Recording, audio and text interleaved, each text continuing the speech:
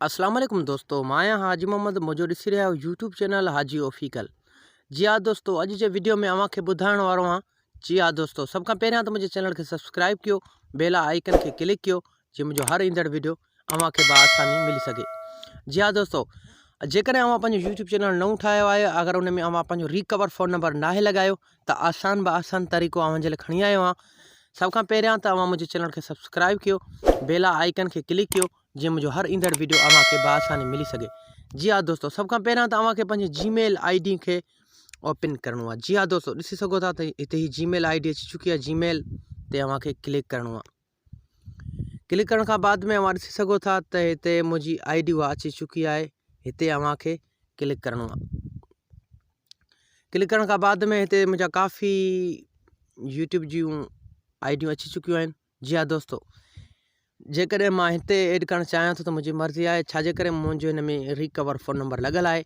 ऐं हिते क्लिक बिल्कुलु न कंदुसि, मूंखे क्लिक करिणो आहे हिते। जी हाँ दोस्तों, मुंहिंजी आईडी ही नई मूं हाणे ठाही आहे सिर्फ़ु तव्हांजे लाइ, तव्हांखे सम्झाए सघां त तव्हां पंहिंजो रिकवर फ़ोन नंबर कीअं लॻाए सघंदा। जी हाँ दोस्तों, सभ खां पहिरियां त पोइ अव्हांखे हिते पंहिंजी आईडी उहा लॉगिन करणी आहे। लॉगिन करण खां बाद में अव्हांखे हिते क्लिक करिणो आहे। क्लिक करण खां बाद में अव्हां वटि हिते काफ़ी ऑप्शन अची चुका आहिनि, पर हिते अव्हांखे क्लिक करिणो आहे। क्लिक करण खां बाद में असांखे वञिणो आहे सफ़ा हेठि। जी हाँ दोस्तों, अव्हां ॾिसी सघो था त हिते सभु कुझु तारीख़ूं वग़ैरह सभु अची चुकियूं आहिनि।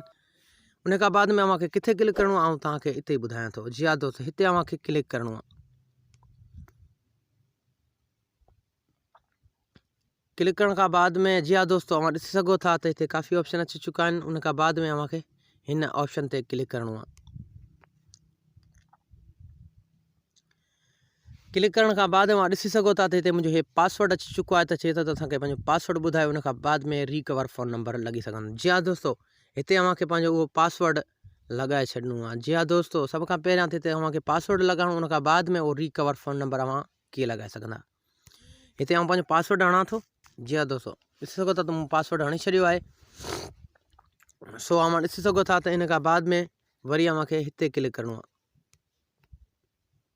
क्लिक करण खां बाद में हिते अव्हां ॾिसी सघो था कहिड़े मुल्क सां अव्हां रखो था तालुक, चाहे इंडिया हुजे या को बि मुल्क हुजे, बांग्लादेश हुजे, श्रीलंका हुजे, पर बिल्कुलु न, मां बिल्कुलु पाकिस्तान जो आहियां। मूंखे हिते पाकिस्तान ते क्लिक करिणो आहे। जी हाँ दोस्तों, अव्हां ॾिसी सघो था मुंहिंजी कंट्री पाकिस्तान ते बीठल आहे।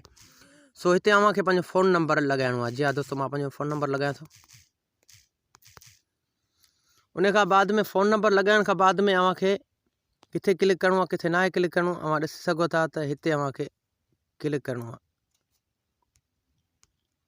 क्लिक करण खां बाद में अव्हां ॾिसी सघो था त वरी हिकु भेरो ॿीहर असां वटि ॿिया ऑप्शन अची चुका आहिनि। उन खां बाद में अव्हां हिते क्लिक करे सघो था।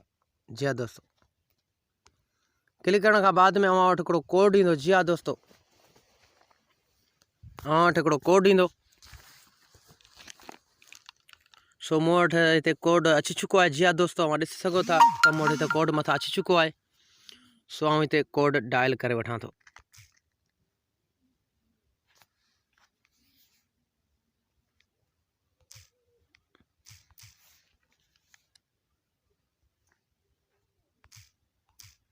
सो कोड मूं डायल कयो आहे। जी हाँ दोस्तों, अव्हां ॾिसी सघो था त रिकवर फ़ोन नंबर मुंहिंजो हिन में लॻी चुको आहे। जी हाँ दोस्तों, उमेद कयां थो तव्हांखे वीडियो तमामु घणो पसंदि आयो हूंदो। जेकॾहिं अव्हां बि अहिड़ा ख़ूबसूरत नवां वीडियो ॾिसणु चाहियो था त मुंहिंजे चैनल खे सब्सक्राइब कयो, बेल आइकन खे क्लिक कयो जीअं मुंहिंजो हर ईंदड़ वीडियो अव्हांखे बआसानी मिली सघे।